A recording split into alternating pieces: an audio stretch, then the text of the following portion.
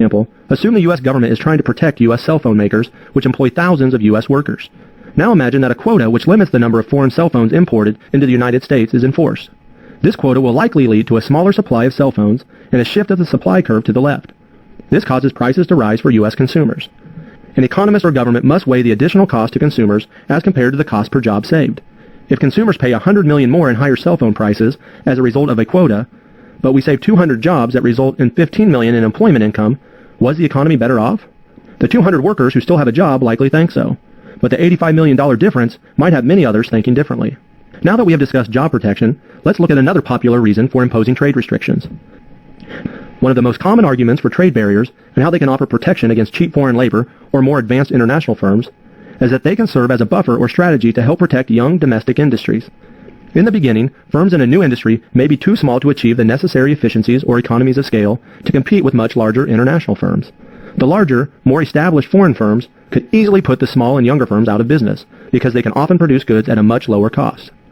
Not only are new firms up against larger, more efficient companies, but they often have to figure out how to compete against international companies that pay much lower wages. Suppose U.S. workers in the cell phone industry earn $15 per hour, while Indonesian workers in the cell phone industry earn only $3 per hour. Some might argue that the U.S. workers will be more productive and that the U.S. firms can afford to pay the $15 wage rate. But will they be 5 times more productive? Often the new firms are simply unable to produce high levels of output in the beginning and must do so at a much higher average cost. They simply find it difficult to compete. Ultimately, this can lead to a loss of jobs in a home country and a lower standard of living for many citizens. For example, in the 1970s and 1980s, the Japanese government directed large amounts of investment into the auto and high-tech consumer products industries. Over time, the Japanese grew larger and gained large advantages in economies of scale.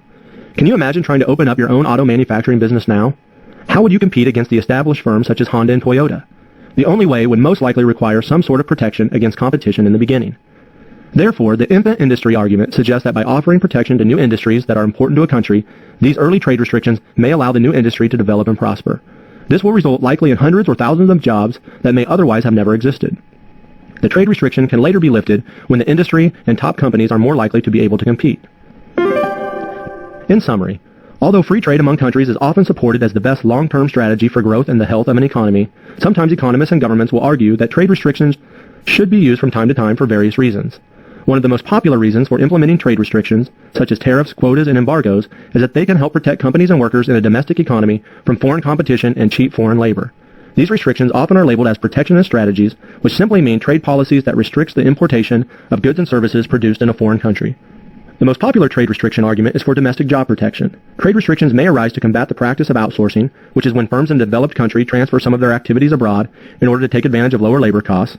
They may also arise to help domestic firms to compete with more established foreign firms.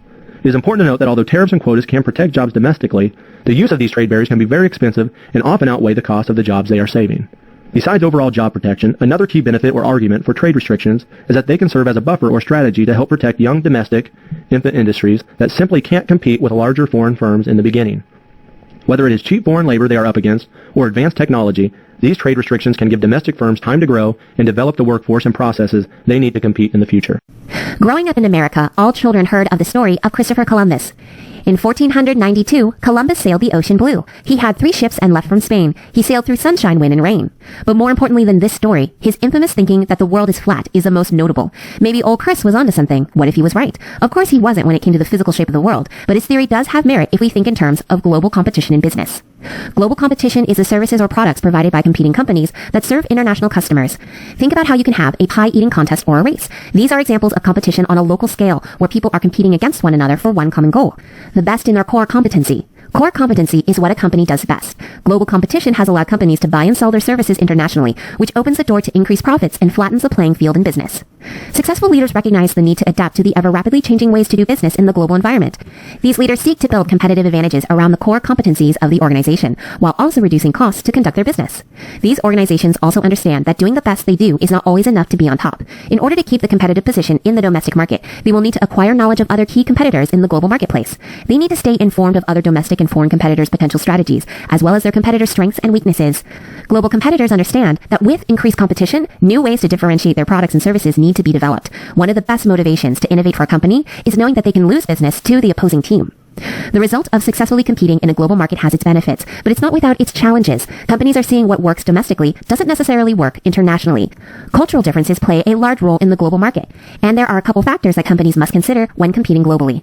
Value of time. The value of time in certain countries, i.e. Germany, is considered high and is seen as unprofessional if you are late to a scheduled appointment. Meanwhile, in other countries, such as several in South America, the time of the appointment is more a general guideline than a carved-in-stone absolute. Global companies understand the need to adapt to the country that they serve. Communication. In some areas of the world, you must adjust the way that you address your foreign colleagues. The use of the last name and recognition of title could be the make or break determination of respect. Knowing the do's and don'ts in business is essential to international success. In the mid-90s, the internet boom was a huge catalyst in companies competing globally. The internet connected computers to the web, where information about everything was at the fingertips of society. More and more information was being uploaded everywhere and by anybody in the world. The web allowed minds from all societies to come together and share their knowledge. This medium for sharing information was the holy grail to business. They could research societies and cultures, research the innovation from the competition to attain a competitive advantage, survey the target audience to reduce R&D, and more. All of this came from the ability to break down the barriers of the individual surroundings of the organization and level the global playing field.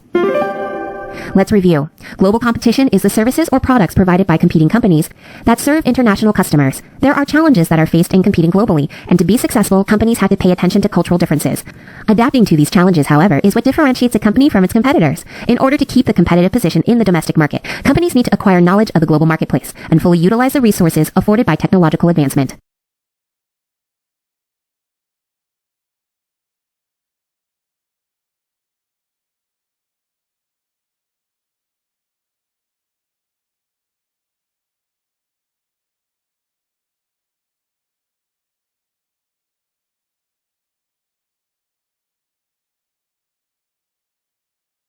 An industry is a group of businesses that produce a specific product or service.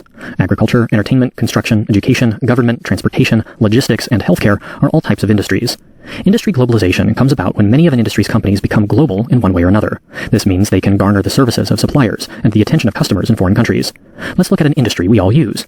Courier services is a segment of the logistics industry that most of us know well. UPS, FedEx, TNT, and DHL are the top global carriers.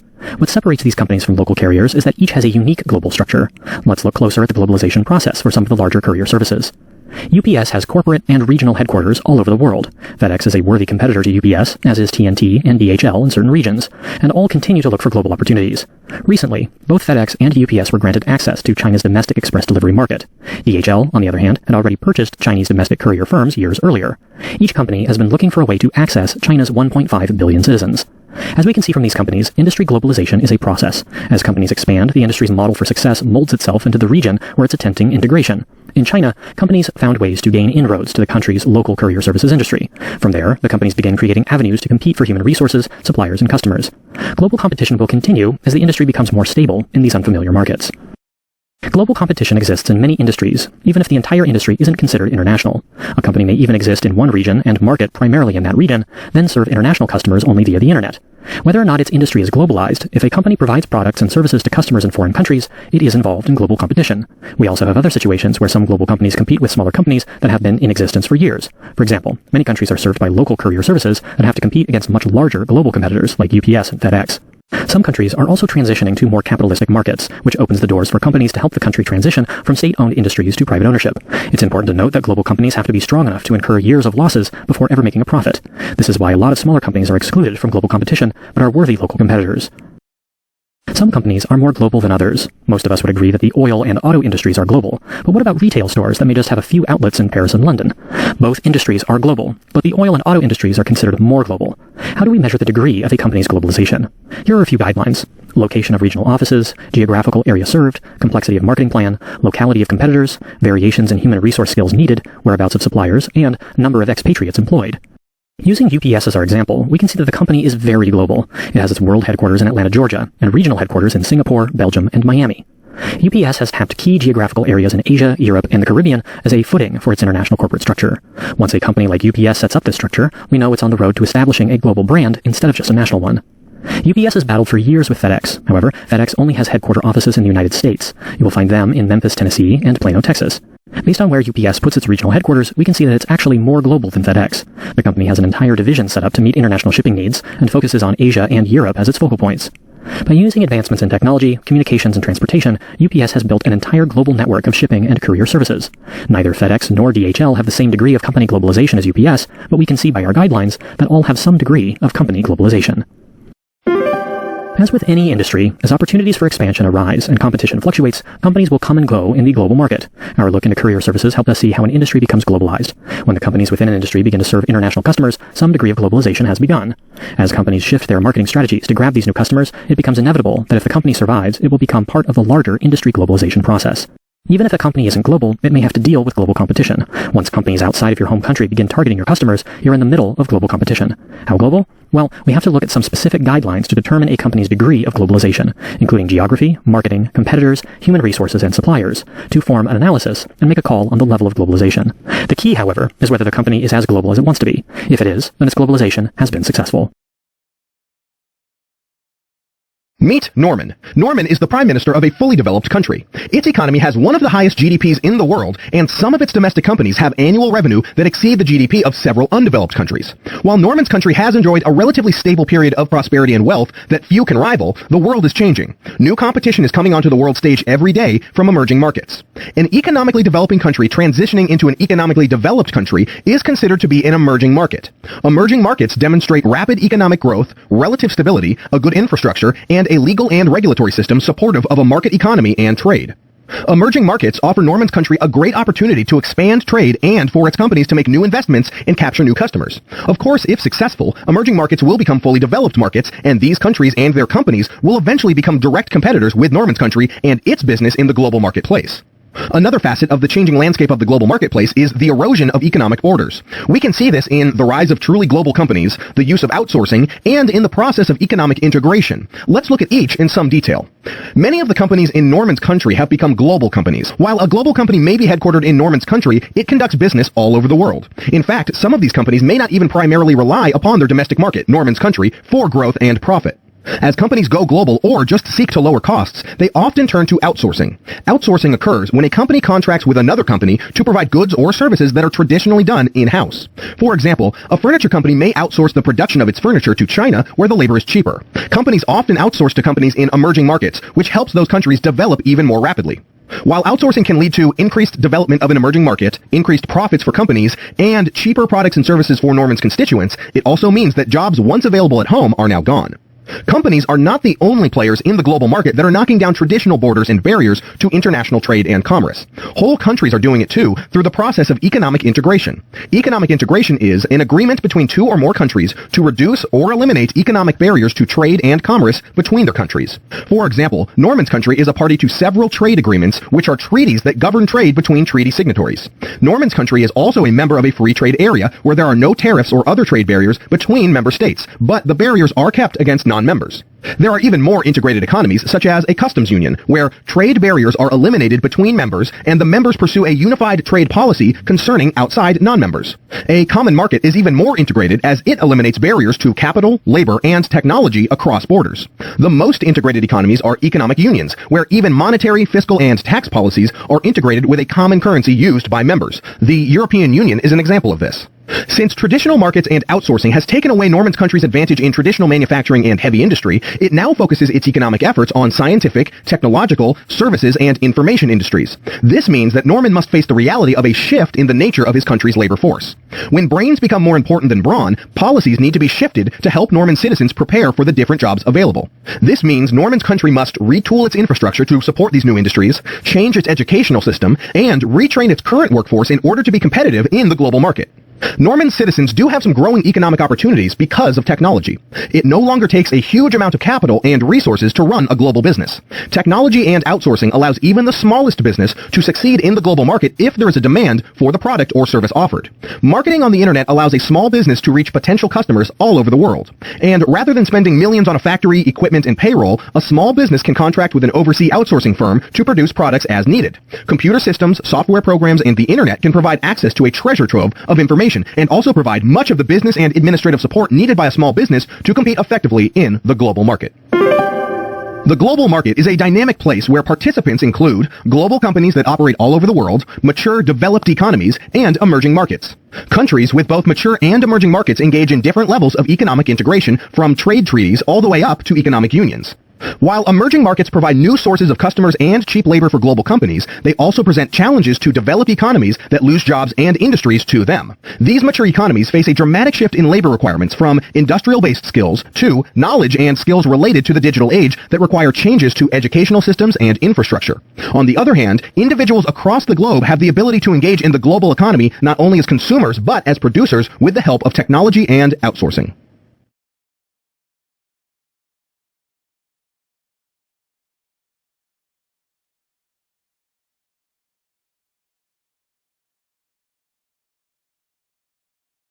We live in a world with products and services that are produced in countries other than our own. Much of our produce, consumer electronics, and software programs come from another country. Conversely, the United States and other countries depend on customers around the world to buy products and services. For a long time, the economies of populous and well-developed nations have driven the markets for goods and services. However, in recent years, smaller economies have had an increasingly greater impact on the financial performance of advanced economies. There's an important interdependent relationship forming that will guide market development strategies for companies of all sizes. Some of the big emerging markets around the world are found in Argentina, Brazil, Chile, China, Colombia, Egypt, Hong Kong, India, Indonesia, Malaysia, Mexico, Russia, Saudi Arabia, Singapore, South Africa, South Korea, Taiwan, Thailand, Turkey, and Venezuela. A majority of the emerging market economies are located in Asia and Latin America. In many cases, transitions towards free market economies are underway. Some of the Asian and Latin American nations have historically been closed to international trade and focused on selling to their own people. As the trade borders are opened up, new markets present opportunities for companies of all sizes. New business can lead to enhanced economic development.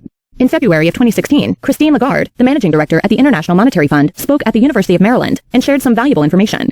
85% of the world's population, approximately 6 billion people, live in areas with emerging and developing economies. These economies account for 60% of global gross domestic product. Almost 80% of global economic growth since the recession of 2008 has been as a result of these economies.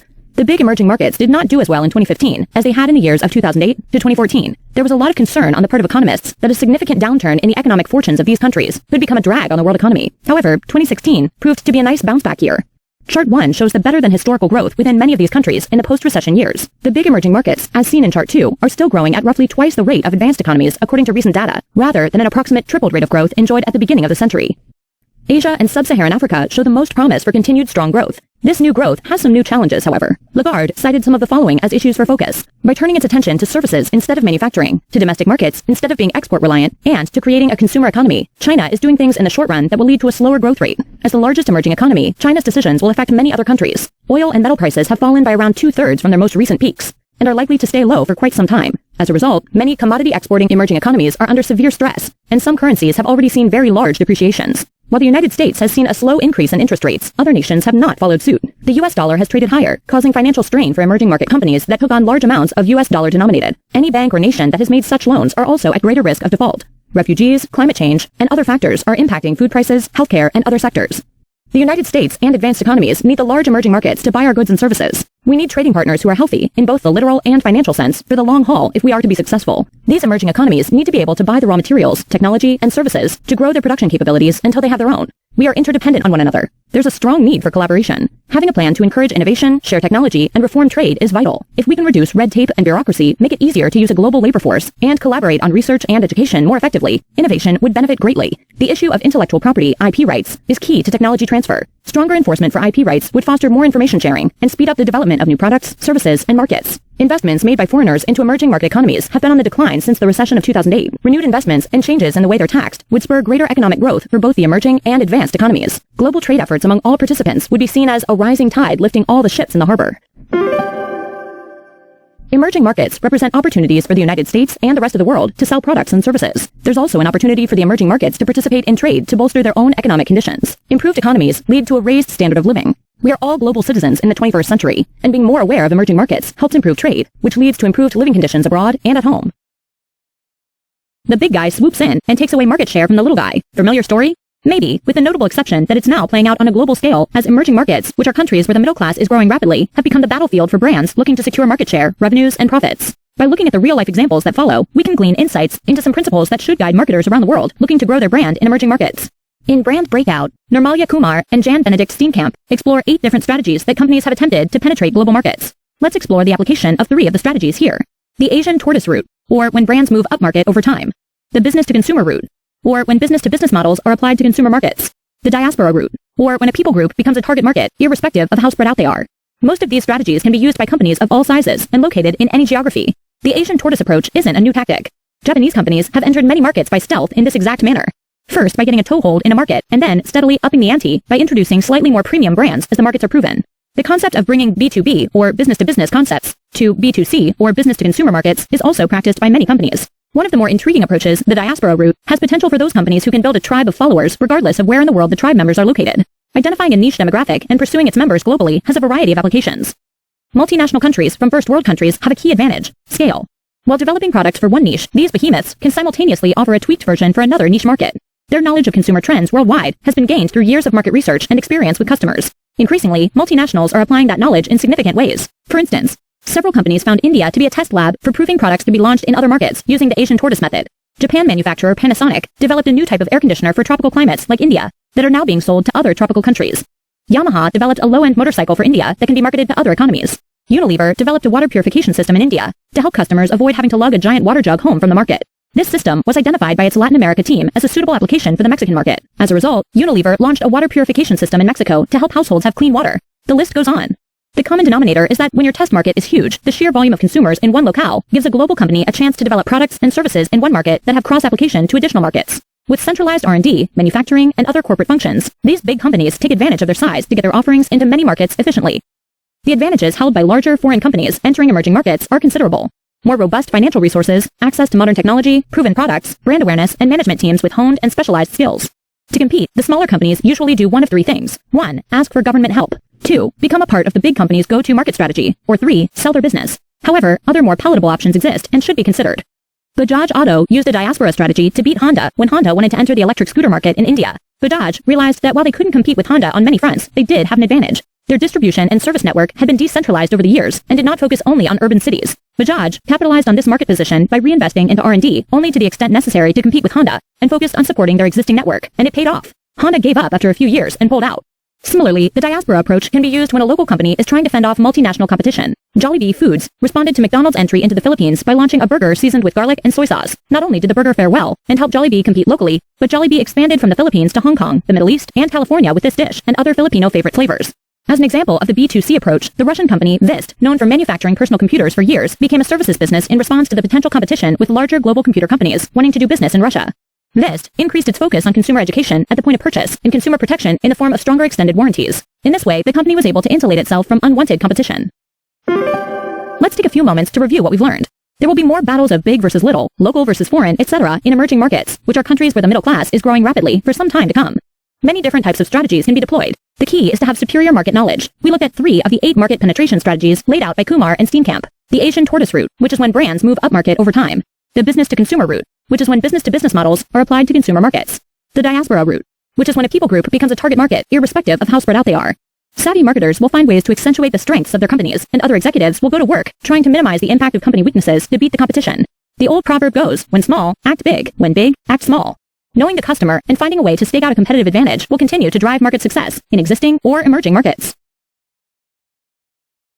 Coke is one of the most recognizable brands in the world. The goal of the company's international marketing team is to help expand global sales. The company sold its first Coke in 1886 at Jacob's Pharmacy, but the company's mission hasn't changed. The goal is to sell the highest number of beverages to the most people.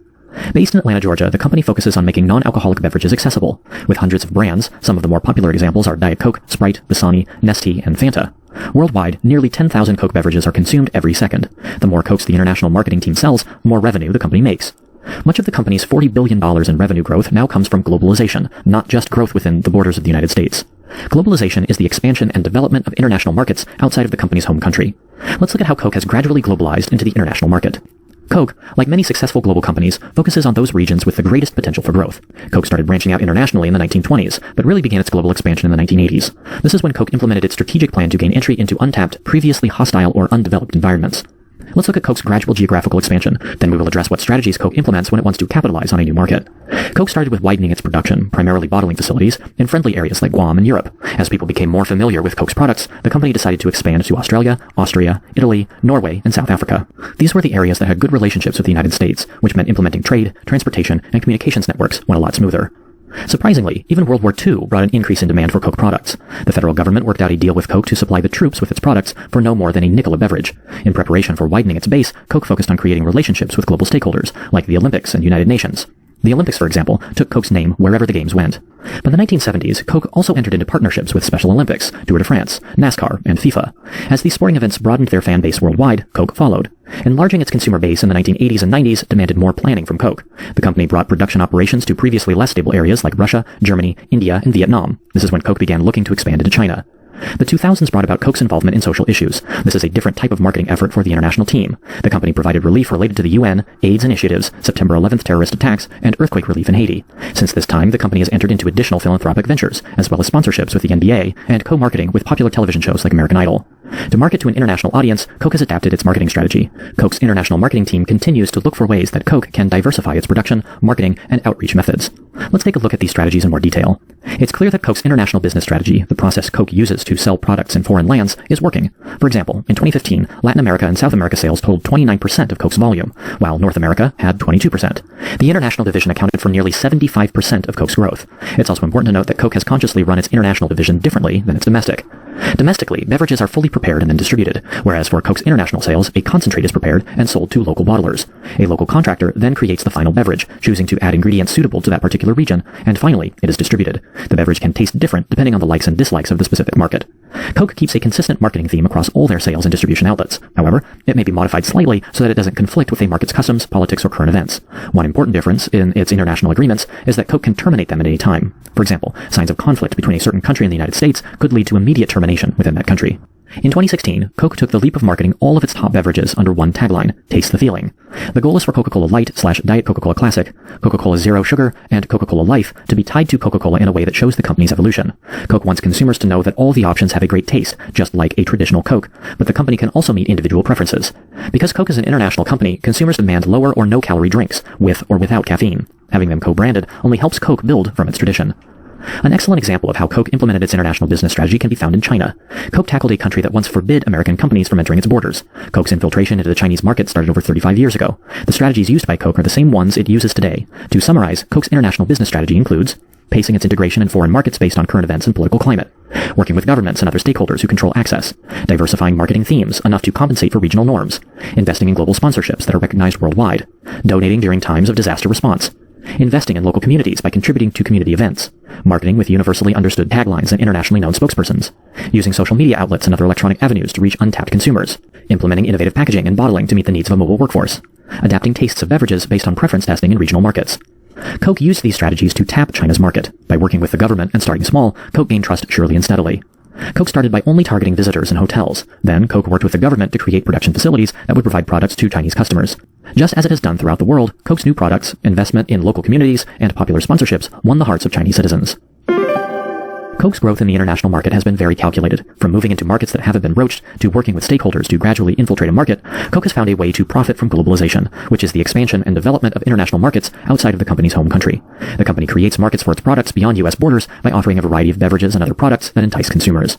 Coke's international business strategy, the plan it follows to generate revenue from selling its products in other countries, has been used to enter friendly, as well as previously threatening areas. By sponsoring events, assisting with disaster relief, meeting the needs of diverse consumers, and use of universal marketing, such as their 2016 tagline, Taste the Feeling, Coke can consider itself an international success. Jeremy works for a company that sells cleaning products. This was the first job he obtained out of college, and he has worked his way to his dream role of Director of Global Sales and Marketing. This year, he is tasked with a seemingly insurmountable goal of growing revenue 250%. The executives of the company gave Jeremy this task in order to save the jobs of the thousands of employees that work for the company. In recent years, studies have found that Jeremy's company's cleaning products contain an ingredient that has been known to cause serious health issues. Due to its harmful effects, regulations within the United States have caused his company to take a huge hit to their profitability. However, Jeremy found that in many developing nations, the regulations that have strangled their revenue flow in the United States do not exist. Jeremy went home excited that he found a plan, and with the projections he calculated, this option will allow him to reach his target revenue goal and save the jobs of the company's employee base. However, when Jeremy went home and shared his new plan with his wife, she asked him a series of questions that caused him great apprehension and concern. She asked him the following questions. What is the cost of achieving your revenue goal? How many lives will be lost? Are those lives not as important to you as your revenue goal? Jeremy was so focused on saving the jobs of his coworkers that he did not stop to think of potential impacts to customers in developing nations. Jeremy awoke early the next morning and began researching developing nations and the conditions they face. He found that the Commission for Developing Countries classifies a developing nation as one in which the gross national income per capita is less than $11,000 US.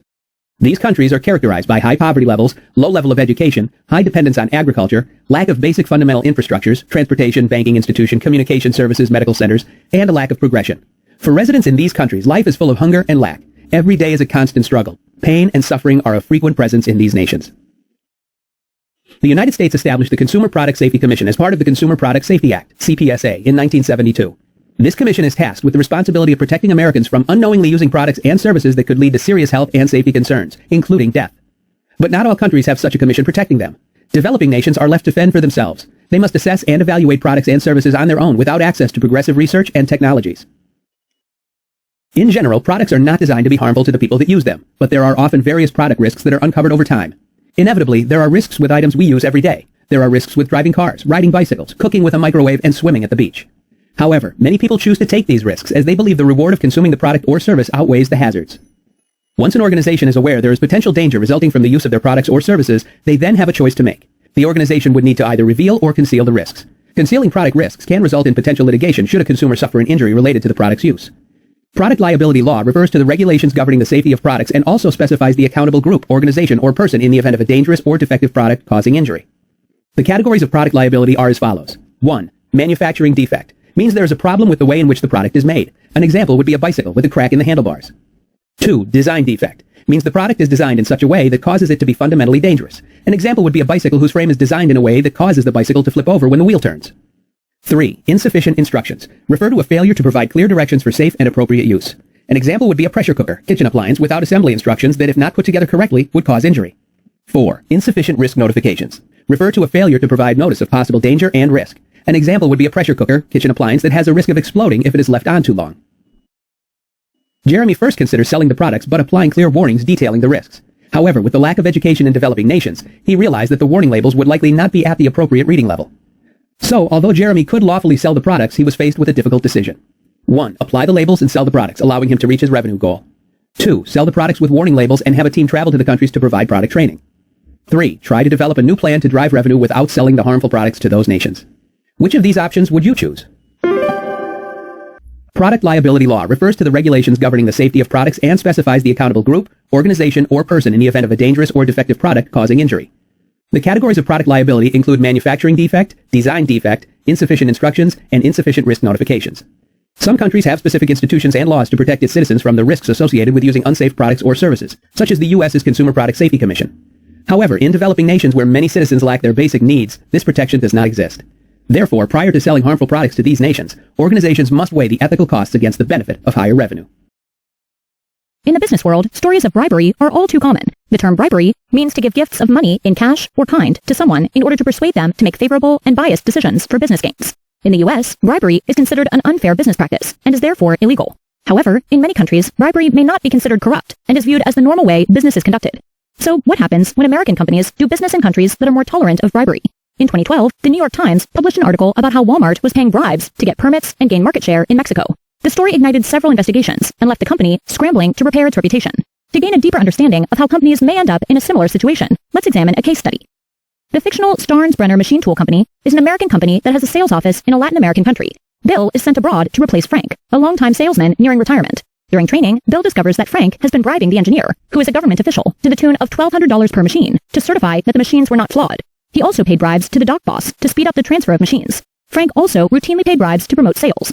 Bill is shocked and points out that paying a government official is illegal, as per the Foreign Corrupt Practices Act, or the FCPA.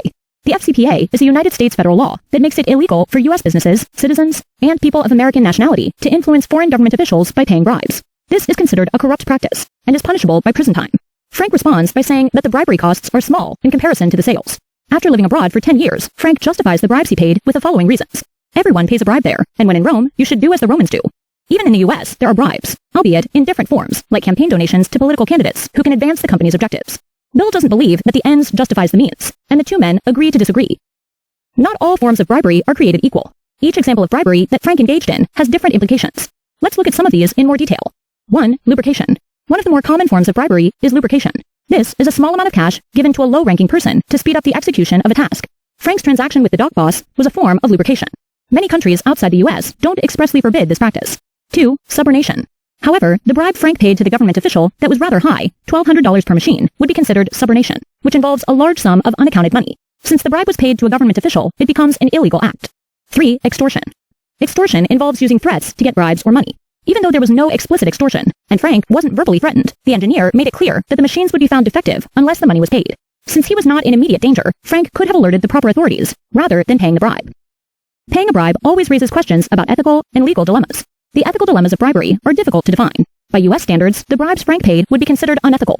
However, by Latin American standards, can it be considered unethical because this was the common practice? At least one of the bribes that Frank paid to the government official puts him in a legal dilemma, and is a punishable offense by U.S. federal law. Frank had no option but to pay the government official, or so he thought. What if he had simply refused to pay, and instead educated the government official about the Corrupt Practices Act? Would this mean Frank would not have been able to get the machines certified and suffered a business loss? Or would the foreign official have complied once he was made aware of the legalities of the situation?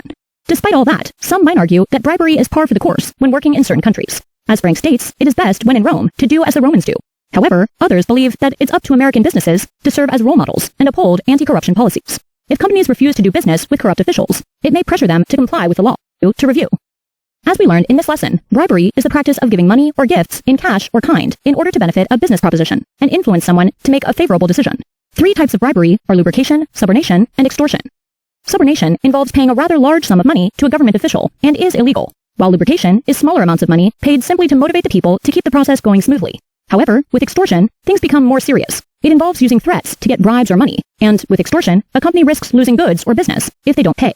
The ethical dilemma of bribery is that even though it's unethical in the U.S. for a citizen to offer money for business gains, in many countries, bribery is the standard and accepted as a common business practice. The legal dilemma is more serious, because if a U.S. citizen pays a bribe to a foreign government official, it's a federal offense and punishable by prison time. James is a regional manager with a company that makes industrial conveyor belts. The company, Veyer, is well known in international circles for its quality and service. James was recently promoted to vice president and has just been assigned to manage Veyer's Spain division. James is seen as a well-rounded team player who's prolific in Spanish. Veyer has high hopes for James and has pegged him as a global leader. Let's look into what attributes James takes with him to be successful in Madrid. Globalization describes how international economies interact in the global marketplace. Companies do business across borders and work whenever or wherever deals need to be made. Veyer is a perfect example of this phenomenon. Spain, after all, is 6 hours ahead of Veyer's Charlotte, North Carolina corporate headquarters. Being globally successful requires capital, market share, and human resources spread across political and temporal boundaries. As such, global leaders must be flexible, independent, and proactive. Veyer is a well-established company that has been successful since its inception in 1945, and Veyer sees James as someone who has the psychological, geographical, political, and sociological knowledge to work among different cultures. His mastery of the local language in his new country makes it easy for him to communicate and train on state-of-the-art technologies. And in addition to language skills, it's important that James know about the history, politics, and customs of Spain. Before he leaves for Madrid, James will need to become aware of things that simply come naturally to someone who lives in the area, such as the sociology of race and ethnicity in Madrid. Being familiar with local opinions on current events and hot-button topics like the environment will also help with his integration. Let's look at the key elements of James' transition, including his knowledge of and/or sensitivity to history, politics, language, customs, norms, and local controversies. Knowing the history of the region you're working in is important. Countries are often created out of peace agreements, wars, and/or immigration. They could have had a name change, flag, redesign, or revolution that would be important to know about when working with descendants of these events. Had James been moved to Hungary, for example, he should know that the country had its borders severely depleted due to a treaty signed after World War I. There may still be hard feelings resulting from this event. Having at least some background in the politics of a region is also vital for success. Knowing the different political parties, whether communism or socialism is accepted, what the key divides are, and how to navigate the legislative process will help with things like partnerships, permits, and work visas. For example, even though it was abolished in 1990, South Africa continues to struggle with the after-effects of apartheid. Had James headed to South Africa, this background would have been crucial. Some countries choose to do business in English, while others want negotiations to take place in their native language, so there aren't any misunderstandings. Also, there's often more than one language spoken in a region. If James needed to do business in Finland, he would need to know English, Swedish, and Finnish in order to not work with a translator. Knowledge of local customs can also play a big role in successful global leadership. Being familiar with holidays and typical work weeks help leaders communicate more effectively when dealing with different time zones and closures. For example, some Swedish government workers now have a 6-hour workday. James would need to balance his region's work week accordingly. Knowing regional norms like the status of minorities or women is also important for teamwork. Women may have a progressive role in some countries, but they may not be put in leadership roles, allowed to vote, or even be able to get a driver's license in others. For example, women were only recently given the vote in Saudi Arabia. In addition, staying away from local controversies is a good way to blend in with the locals. Being aware of what areas are off limits for development will help a company like Veyer stay away from controversy. Brazil, for example, has battled for years over the protected areas around the Amazon River. To many advocates, these areas should be protected from any development. Staying as far away as possible from similar hot-button issues is important to James' success. Globalization has brought about the need for unique leadership skills. Functioning in an international economy takes a global leader. A global leader is someone who knows the history and politics of a region. Knowing when, how, and why important aspects of a region developed is important to leading people from that area. A global leader should also be aware of local and regional language, customs, and norms. Knowing how to communicate and being familiar with things like holidays are helpful in leading individuals from a different culture. A global leader also understands local controversies, such as environmentally sensitive areas. The world changes quickly, and to be effective, you have to integrate with various cultures as thoughtfully as possible. Although global leadership sounds exciting, success will come by being a local leader. Have you ever baked a cake? If you have, you will know that there are certain types and amounts of ingredients that go into the cake so it will turn out correctly. Too much of one ingredient or not enough of another, and your cake could turn out more like a doorstop than a tasty treat. The same holds true when we look at managerial functions in international organizations. What ingredients you have and how you add them to the mixture will determine your success. For a person to be an effective manager, they will have to take the ingredients they would normally use here in the U.S. and change them a little to make them work in an international setting. The ingredients, if you will, are planning, developing and implementing strategy for the organization to function, organizing, ensuring the company has all the right people and parts in the right place at the right time, staffing, hiring, training, and developing personnel, controlling, making sure the steps of your plan and the results of your work are monitored, and leading, supplying a vision to the person in the organization. You see, these are all key aspects of being a manager, but they take on a very different flavor when we put them in an international context for a variety of reasons.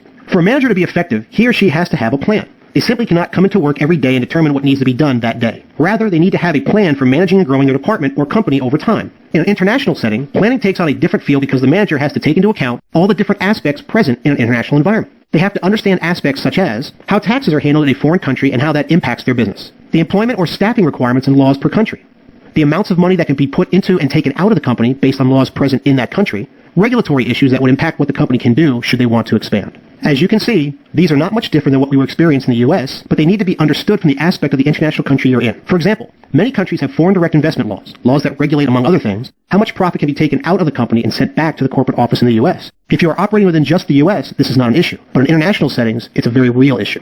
Picture this.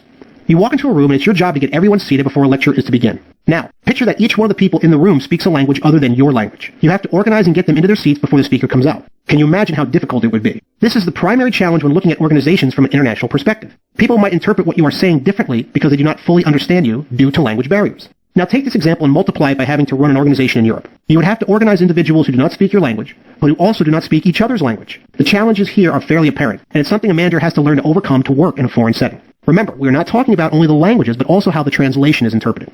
Obviously, a manager wants to find the best person he or she can for the job. In the U.S., we have familiar, understood rules for hiring people via background checks and the interview process. In foreign markets, those rules are totally different. For example, in Germany, if you have a sales representative who handles a market for you and you want to let that person go, you must pay that person the commissions earned in that territory for a year after you let them go. The German courts look at it as that person developed that market and is entitled to that money. Thus, you have replaced the person who was not performing and have to pay the new person, but you also have to pay the person you let go for a year. This is a very different aspect of staffing that we would not experience in the U.S. Compound tricky laws with different holiday schedules, religious beliefs, and accepted work ethics, and a manager in a foreign market really has a lot to think through when it comes to staffing. How do you put together a puzzle? Do you organize the pieces into inside pieces and border pieces and then start by putting together the border? This is an example of organizing the information you have in order to understand it better. What would you do if the puzzle was different than a traditional puzzle? Let's say that instead of traditional smooth border, the